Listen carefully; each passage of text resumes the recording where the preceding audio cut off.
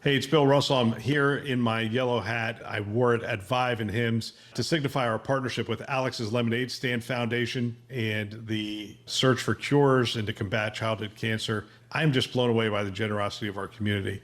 With the help of our partners, SureTest, Rackspace, CTG, and some of you giving individually, we were able to raise close to $40,000 at those two events.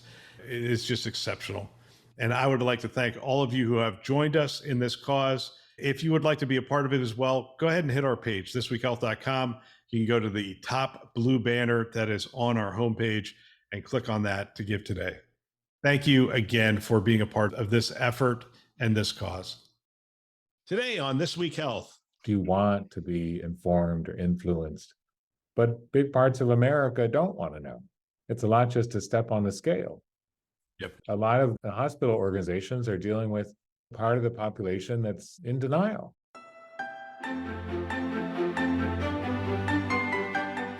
Welcome to Newsday, a This Week Health newsroom show. My name is Bill Russell. I'm a former CIO for a 16-hospital system and creator of This Week Health, a set of channels dedicated to keeping health IT staff current and engaged.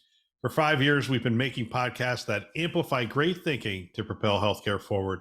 Special thanks to our Newsday show partners, and we have a lot of them this year, which I am really excited about. Cedars-Sinai Accelerator, ClearSense, CrowdStrike, Digital Scientists, Optimum Healthcare IT, Pure Storage, SureTest, Tausight, Lumion, and VMware. We appreciate them investing in our mission to develop the next generation of health leaders. Now, on to the show. All right, here we are. It's another Newsday, and I'm joined by Bob Klein with Digital Scientists. Bob, it's always great to catch up with you. There's a lot going on in the world of healthcare and AI these days. So I think we're going to hit on some of those stories. Does that surprise you that we're talking about AI here at the end of 2023? No, there's really nowhere to run. And sometimes AI just feels like a chance for us to put on our analytics hat, how to make sense out of all that data that's out there. There's a lot of positive stories. There's the Stanford story. There's a couple other things we could talk about. I want to start with this question. 3 in 4 Americans believe AI is going to reduce the number of jobs, reduce the number of probably white collar jobs and jobs. You've been playing with it. I've been playing with it. Does that ring true to you that there's going to be a reduction in the number of jobs? I'm sure there's a positive spin on this, but that's the Gallup poll that's out there.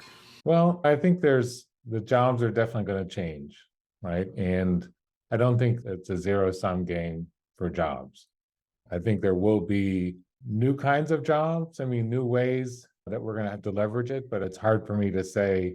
It will likely cause some dislocation. In a way, I look at AI as bringing computing power to bear where it's been hard to access.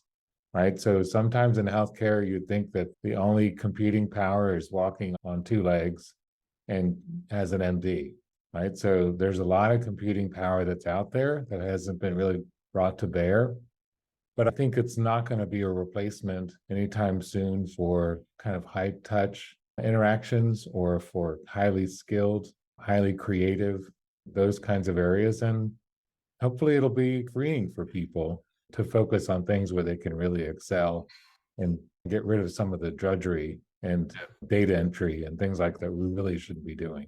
Yeah, and that's what I've been talking to people about. If you're worried about your job specifically, it's not stop focusing on the outcome of your job. Start focusing on how you do your job, right? So the way we interact with people, the way we rally people around a cause, the way we are able to move problems through. There's still an awful lot of things that AI in its current form is not anywhere near. And it's that ability to rally people, to tell a story, to bring things together. That's one of the things I'm talking about. But the thing that I'm finding really fascinating is the pace at which we are moving from AI being the purview of technologists to AI being the purview of the everyday physician or clinician or those kind of things. I'm looking at the new GPT stuff. So ChatGPT, they have their keynote and they have these new things, GPTs, which are apps. But essentially it's not a programming language. It's just you in front of a computer with natural language saying, hey, I'd like to create this thing that has this special knowledge base. Oh, by the way, here's these PDFs that have this special knowledge base and some other things. And all of a sudden, you've created this specialized GPT, which is what they call them, specialized GPT. And I created one called Health System CIO. Mm-hmm. And I put a bunch of our conversations and interviews and that kind of stuff, and I put all that stuff in there. And then I asked it a basic question like, I'm thinking about doing an EHR implementation. What's the best process? And it spits stuff back to me. And I'm like, that's really good. And it's not like the computer's that smart. It's pulling from this wealth of information that me, without any programming, just dumped into it. I mean, I do think it's going to be highly accessible. And that's why I was saying it's analytics and access, like how to make sense out of so much data. Honestly, a lot of the data we get, and very much so in healthcare, there's no time or energy or not enough people writing SQL queries. I mean, oh my gosh, it's totally transactional. Like I said, for us to create data models for at an individual or patient level, it's going to take so much effort, and it's going to make it easier to do that, right? And all the disparate data sources, it just feels like this computing power is going to be available. And like you said, we've got tools to make it easier for everyone. It's not the purview of IT.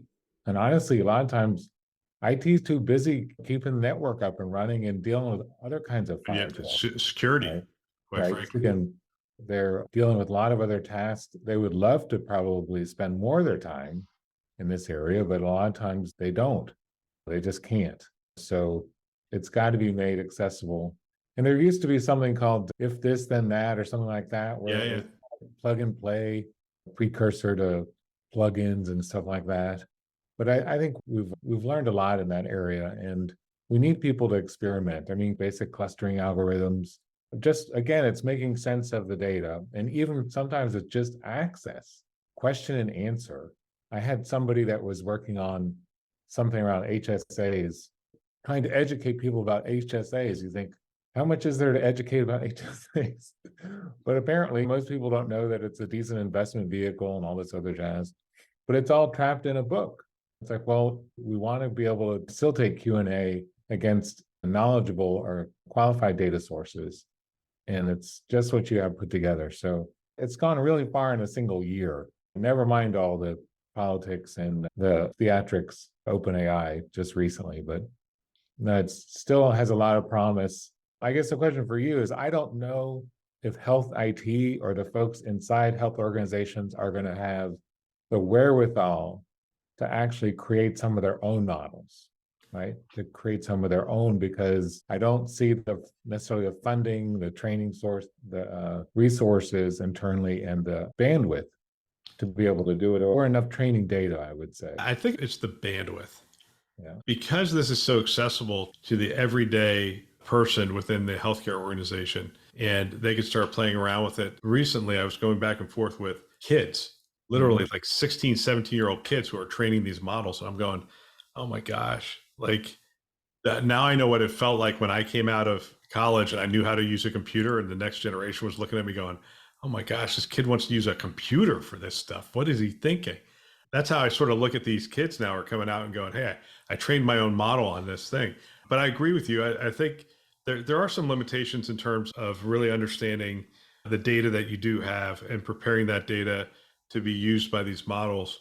But I think it's the bandwidth that's really going to slow us down. That actually gets us to the first story is Stanford Health uses AI to reduce clinical deterioration events. I think this is going to be a common headline next year. Like, this is clinical deterioration events and for chronic conditions and those kinds of things. And it's keeping an eye on the telemetry data, and it's using AI. And by the way, telemetry data is some of the cleanest data we have in healthcare, because it's just it's a lot of data points, time series over a period of time, followed by things being logged in the EHR that say, hey, this happened, or this happened, or this led to an adverse event.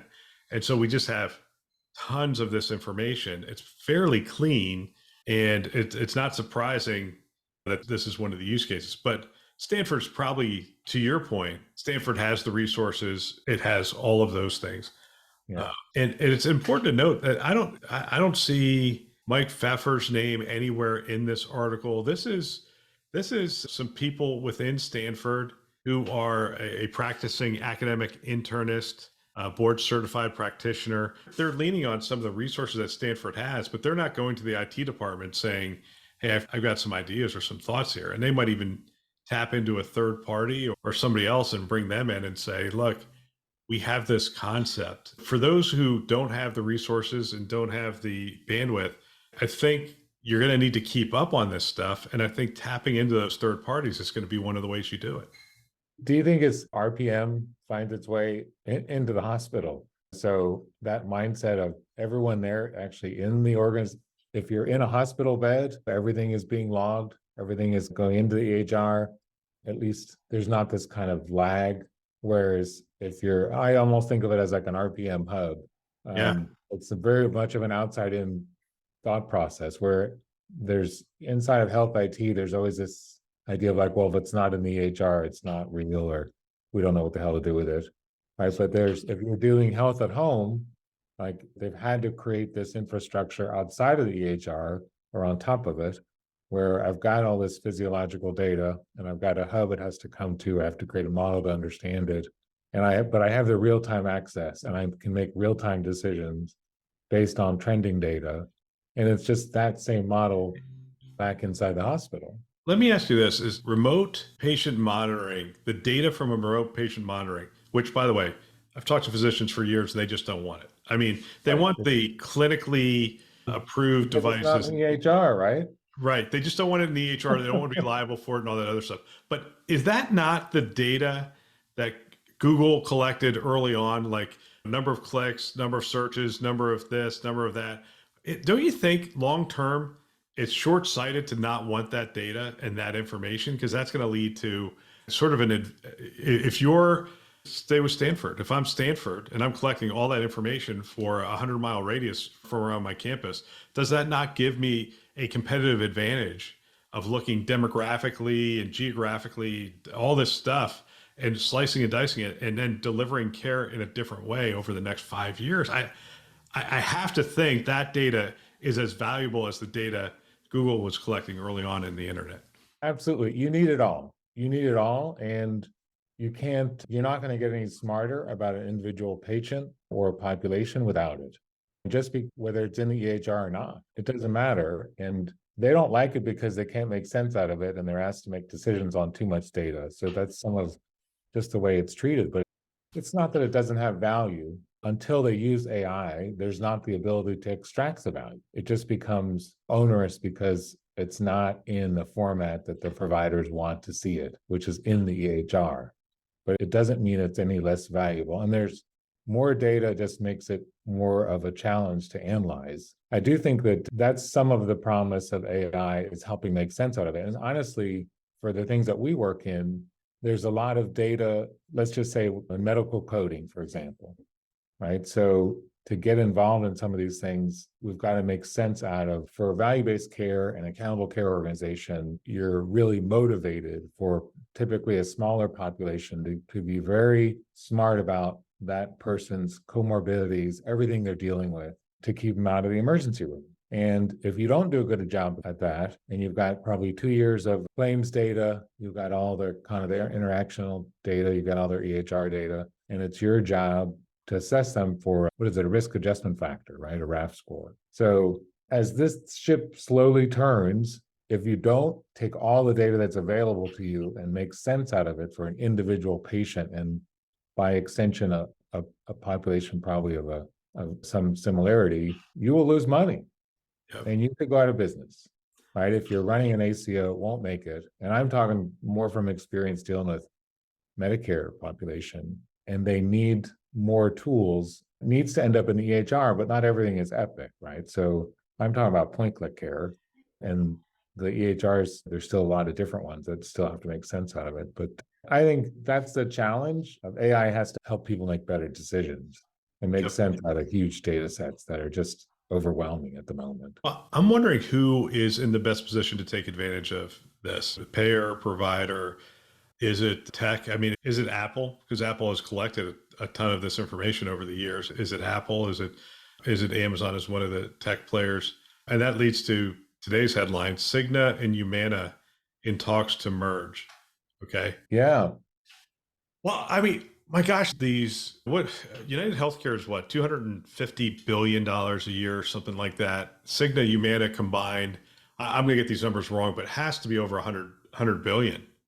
Because Cigna at one point I think was 50 to 60. Humana can't be much smaller than that. So this has to be 100 billion. And just when you thought consolidation was done in the carrier space, to have this come down, I think it's a major story. I think it just continues to show that the payers have done really well through this last 4 or 5 years, that healthcare providers financially have not done that well. No, I mean, is this the path to single payer? Yeah, well, yeah, the path to Yeah. single payer is eventually, to be honest with you, I'm shocked that from a regulatory standpoint, it just continues to consolidate at this pace, and no one seems to throw up their hand. And was it Teddy Roosevelt who was the buster back in the day? The union buster, or not union buster, the monopoly. Trustbuster or something. Yeah, yeah, trust buster. That's what it's, trust buster.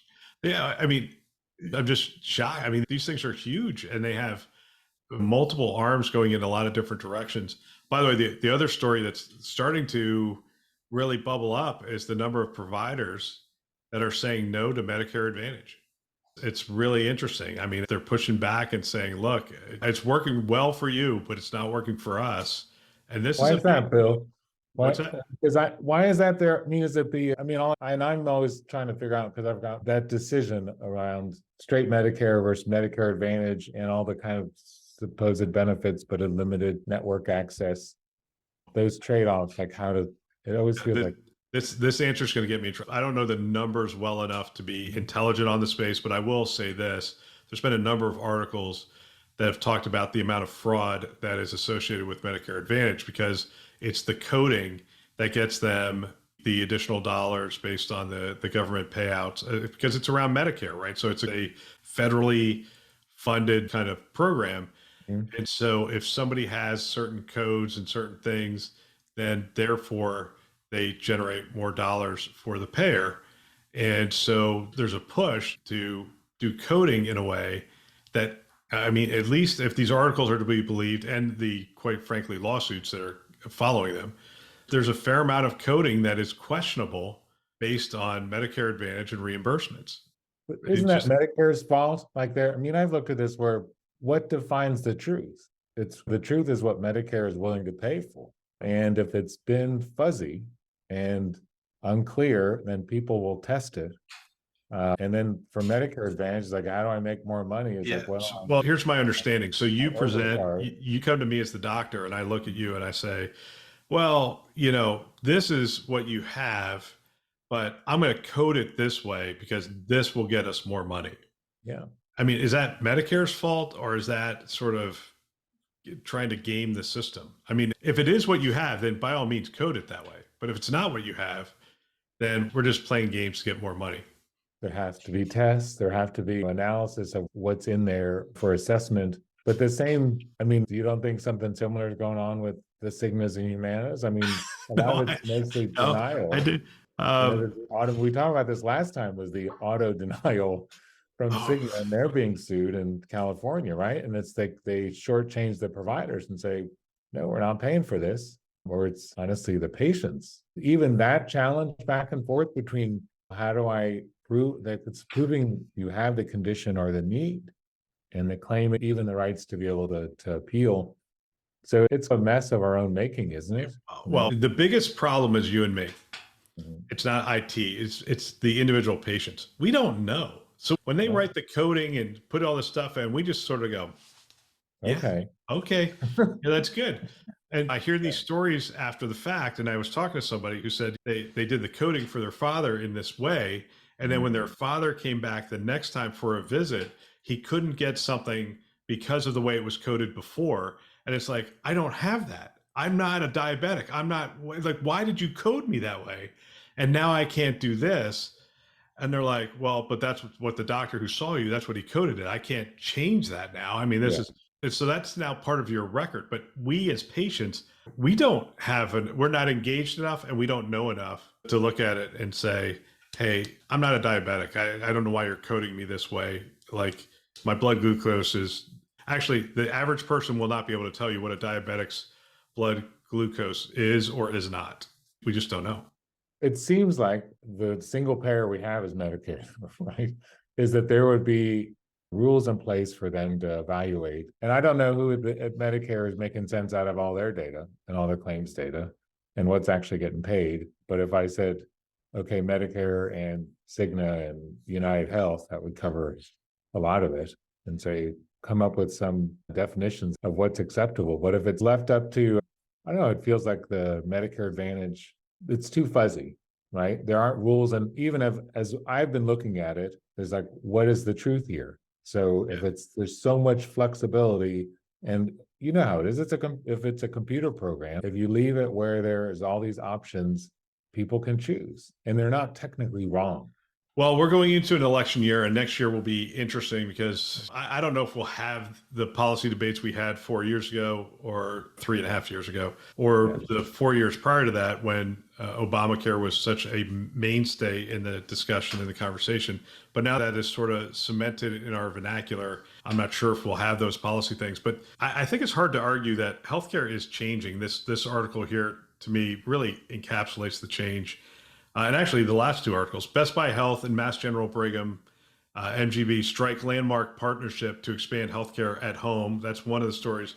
And the other is improving rural access to radiology services is a key topic at RSNA. Healthcare is changing. This move to at home, remote patient monitoring, as we talked about. There's a reason that Best Buy Health said we are a healthcare company. Best Buy said we're a healthcare company. The people who sell us appliances are essentially saying, we're a healthcare company. And they proved it by going out and buying Current Health and a couple other companies that offer home-based devices, and then essentially turning around and training their Geek Squad to go into homes. I don't know if they're still going to be called Geek Squads, but going Why not? Yeah. I don't know. I mean, but essentially, Health Geek Squad. I mean, whatever. I mean, this is a big deal. Best Buy signing a deal with Mass General Brigham. It's like the heart of healthcare, and a very reputable organization to deliver healthcare at home. This marks a significant change by the major players to say, no, home is going to be maybe not the locus of chronic care, but it's going to be the locus of care going forward. And we want to establish our foundation for delivering care in this format moving forward. It makes a lot of sense for health at home, the consumerization of healthcare. Nice to have the patient involved and the caregivers. And we know most of the care provided in the United States is actually done at home, not in the healthcare organizations, as we know. But from MGB's standpoint, this is just smart because, wow, they don't want to deal with the hardware. They don't want to deal with people's homes, their home networks. You know how it is. You're probably tech supported home, Bill, it would be my guess. They don't want to deal with all that, but they need all the data and they need the security, and makes for a good relationship. And it does show Best Buy's investment in this space. And the other thing that they have a handle on is logistics. So I've got to have the right product show up at the right time at the right house, configured properly and ready for returns and all that. So they already do that. So they're an easy add-on. And the question is, I don't know if Best Buy gets all the data as well. Who gets the data? And who gets to make sense out of it? Does Best Buy get to aggregate all the data from all their devices, regardless of whether they're working with MGB or Cleveland or Novant Health or whatever? And I talk to med device makers, and the things that drive them crazy is like dealing with the patients and their products in the home, and the idea that it has to work with the phone, right? So the idea that the patient has one remote control and it's in their hand all the time. They're not interested in learning your product or anything like that. It just has to come into their home and be easily turned on and configured. They don't want to learn your UI. They don't want to learn whatever. They know Android or Apple, and that's it. Those are your choices, right? So from a hardware device maker, it's actually quite challenging. Inside the hospital, I can tell Health IT, this is how we run. We're GE Healthcare, whatever. You're going to have to learn our device because we've sold it in. I have thousands of them. But you take a device and put it in somebody's home, it's a very different thing. And it's quite challenging for the med device space to deal with. And actually, industrial designers hate it, but it's like it's the UI that people know. And that's the Apple advantage is let me control all these devices from my phone and I need to understand this data as a patient. I want it in my app, the Apple Health app as well, right? So this is some of the challenge for the health IT folks is like, okay, how do I influence the patient? Because the patient has to keep all this stuff running. Not just Geek Squad comes and sets it up and puts it on the network, but who's going to make sure it keeps running? Patient, the caregiver. Yeah, I think this does mark the change. I think this is going to be a seminal event, actually. And I think people are just looking at it like, oh, yeah, MGB is doing something with Best Buy, going to the home. There's no big deal. Mayo is already going to the home. Others are essentially trying to do home-based services. But this to me is something that marks the start of really changing the locus of care and expanding the number of beds. When you measure the number of beds based on the number of beds that are within your actual building, sort of like a hotel, I think that's a mistake moving forward. I think it's the number of beds that you care for, and that number of beds needs to include the 5 or 6 beds that happen to be in people's homes, and starting to think it through a little differently. It's throughput, isn't it? I mean, it's throughput. It's not, I had 5 surgeries that day or 20 or 5,000 or whatever. And it's also people are spending less time in the hospital. What's odd is that it's less expensive to have them recover at home. Yeah. Well, and the Best Buy, I'm monitoring my blood glucose. I'm sure my listeners are getting tired of hearing about this, but essentially, I put this little device on, Mhm. and it lasts for about a week, and it gives me my information as I go along. It's been revolutionary for me from a health perspective to see I eat this thing, it goes into my body, it impacts my body in this way. Between that, my scale, and I'm trying to think if there's any other devices that I use. I guess my phone tracks my activity and my steps and those kinds of things. I'm probably tracking some major items in terms of predicting my health moving forward. The question becomes, who is going to be my trusted advisor with that data? Like if I funnel them all my data, will they be able to get back to me? And this is where I think, again, we come back to AI, machine learning. I don't think in healthcare, we used to always think of, well, we don't have the manpower for this. And now I think the right players are starting to think we don't need the manpower for this. I mean, a lot of this is just, hey, I see your blood glucose is spiking. Have you considered going out for a walk? Have you considered eating more protein and less sugar? Have you considered, it's like, these things aren't rocket science. And if you ask a doctor, they'd almost be offended. They're just like, it's obvious. Like a computer should be able to spit out a message to let you know that. And that's true. That's exactly what AI machine learning can do, or any algorithms for that matter. We just need to start thinking about it a little different and saying, no, it's every bed in our community that we want to be caring for. And if you have health information, send it to us and we will be your trusted advisor and help you make meaning of it. Because if we don't, somebody else will. Yeah. I mean, and for these devices, because you could build a model that took all these devices, these common consumer devices as input. So a Dexcom or a Ring, Withing scale, a couple of things that are real time or near real time. You could have batch input of blood pressure, other things, also just regular survey data. And that's the basics of RPM already. And so a lot of us are doing RPM just on our own, but we have to go to these kind of proprietary. I got a customer portal here and there. I'm like, I don't want all those. I just want one. It's mine. And multiple devices can enter into it. No one can own that whole ecosystem. And I think this is some of the challenge health IT has, because there's going to be different devices and it's different physiological data that you want and a different model because based on age and population and weight, all these other things. But you could see there's some similarities. And for a population that's common, some of it's like just we wear the sensor. Do you want to know better? Do you want to be informed or influenced? But big parts of America don't want to know. It's a lot just to step on the scale.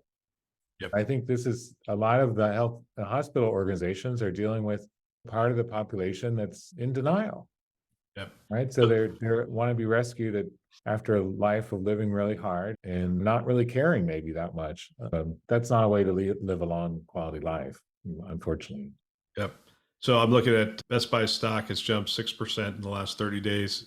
I think that's an indication of what people think of this. If they could figure out a way to get per member per month kind of rates, if a Best Buy can figure out how to tap into that on a national scale with partners like MGB, and obviously there's big players out there still to consider this and move forward. And I think your point of not reinventing the wheel and trying to understand how to deliver services in the home, not trying to understand. I mean, they come into our home right now and they install a sound system or they install a TV and that kind of stuff. And we take for granted how complex that is to send a person that is employed by you into somebody's home and to do that work. There's liability associated with that. There's complexity associated with that. And I can't rattle off 5 companies that can do that. I don't know. I think about Comcast. I mean, you think of like Amazon doesn't necessarily have that ability either. It has all the logistics, but not the kind of in-home, which is unusual. And dealing with people in their home. I mean, in their Wi-Fi. It's no one knows how anything works, Bill. I know. That's wild. They can't remember their passwords. None of that. Well, I'm looking forward to the day when we do not have passwords. I don't know how we're going to get there, but I used to think it was going to be by voice, and it's not going to be by voice because they could replicate that. I have no idea what it's going to be. Blood, maybe. It might be blood. Oh my gosh. Anything's got to be better than, at last count, I'm well up over 200 passwords because they don't want you to reuse it on every site you go to, but still it's like my methodology. If they cracked my methodology, they could figure out half my passwords because I have to remember them. I can't just have 200 out there. There's got to be anybody come to our rescue on this one. It would be great. I went with 1Password, so I no longer dream them up. No, yeah, it gets hard. Bob, I want to thank you. I want to thank you for your time. As always, I really enjoy our conversations. Thank you. Me too, Bill. Thanks so much for your time. Appreciate it. And that is the news. If I were a CIO today, I think what I would do is I'd have every team member listening to a show just like this one and trying to have conversations with them after the show about what they've learned and what we can apply to our health system. If you want to support This Week Health, one of the ways you can do that is you can recommend our channels to a peer or to one of your staff members. We have 2 channels, This Week Health Newsroom and This Week Health Conference. You can check them out anywhere you listen to podcasts, which is a lot of places. Apple, Google, Overcast, Spotify, you name it, you can find it there. You can also find us on YouTube. And of course, you can go to our website, thisweekhealth.com. And we want to thank our Newsday partners, again, a lot of them, and we appreciate their participation in this show. Cedars-Sinai Accelerator, ClearSense, CrowdStrike, Digital Scientists, Optimum, Pure Storage, SureTest, Tausight, Lumion, and VMware, who have invested in our mission to develop the next generation of health leaders. Thanks for listening. That's all for now.